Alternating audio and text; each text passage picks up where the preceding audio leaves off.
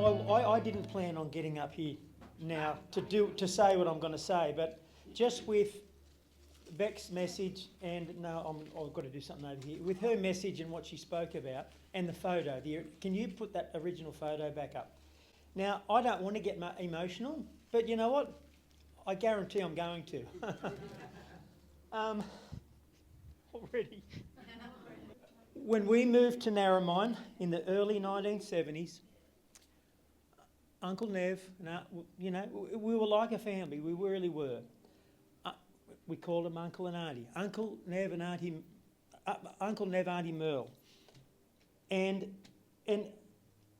I'll try not to drag this story out too long because I've already said it before, but I was born in Tamworth and my mum had an abusive husband. My dad used to bash mum.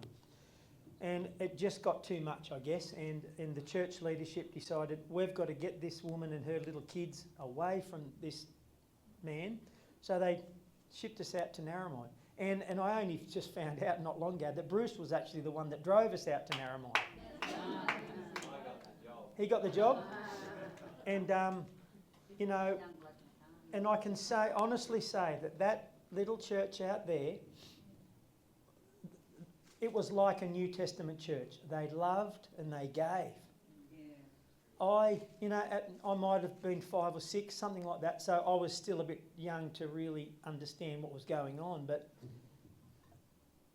people gave of themselves. They gave of their finances. It was like a family. They just gave time.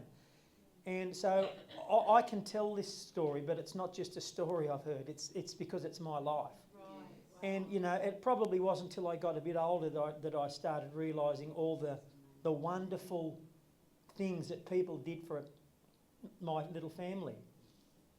And a couple of years after we moved to Narromine, my dad found out where we were living. So he turned up in Narromine. We came home we didn't have a car. I mean, Mum had no money. She just, the single woman's pension, they might have been something back there, but it wasn't like it is now. So Mum would have struggled really a lot, and people gave. They just sewed into her life. We didn't have a car, we didn't have a phone, and so we walked home from church one day and there was cigarette, somebody had been smoking in our house, and you could tell that the shower had been used. And so Mum's getting a bit worried and she goes, somebody else, some adult came home with us and she said, you better go and get Brother Nev. And they lived, Uncle Nev and Merle lived up not far away. So they shot up there real quick. He came back and it was my dad. And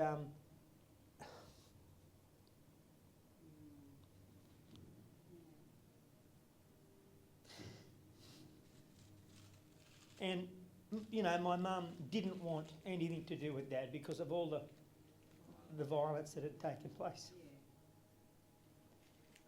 And so Nev comes in, he says, Ma, he doesn't want you to stay. And he didn't want to go. So all of us were outside on the grass and my dad and Nev were inside. And all of a sudden we hear this thundering and they're having a fist fight.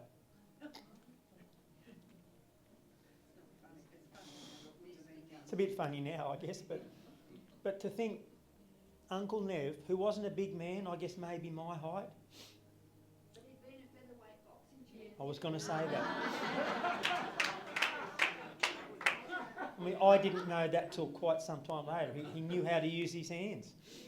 And anyway, there was a fist fight going on inside. And the next thing, my dad comes out, blood running from his face. He just ran. And Uncle Nev had blood running from his face too.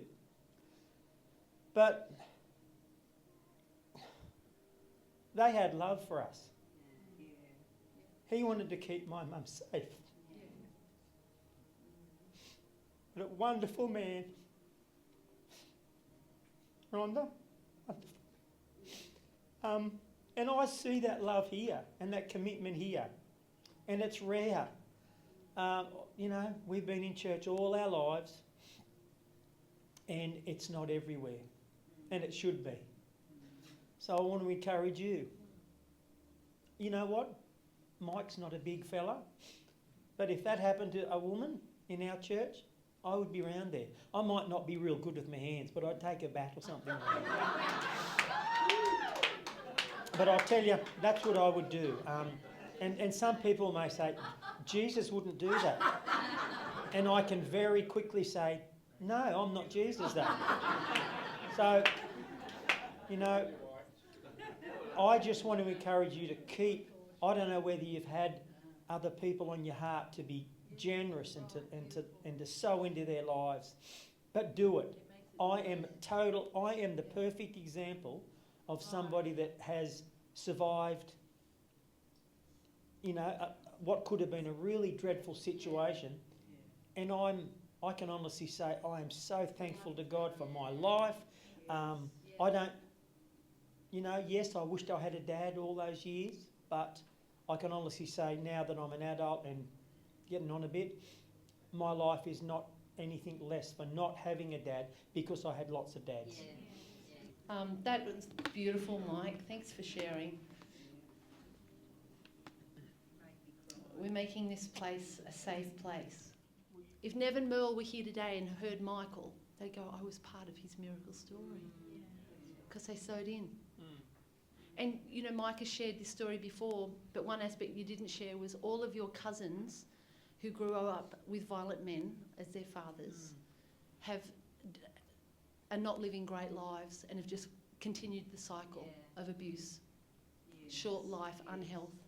Mike's life was impacted by that group of people, right, incredibly, that now you're a wonderful father, a wonderful grandfather, and you've just been able to change the direction of your family's life because people were willing to pay the price. Like, this is the product, and he's a good man. You will get to know he's a good man.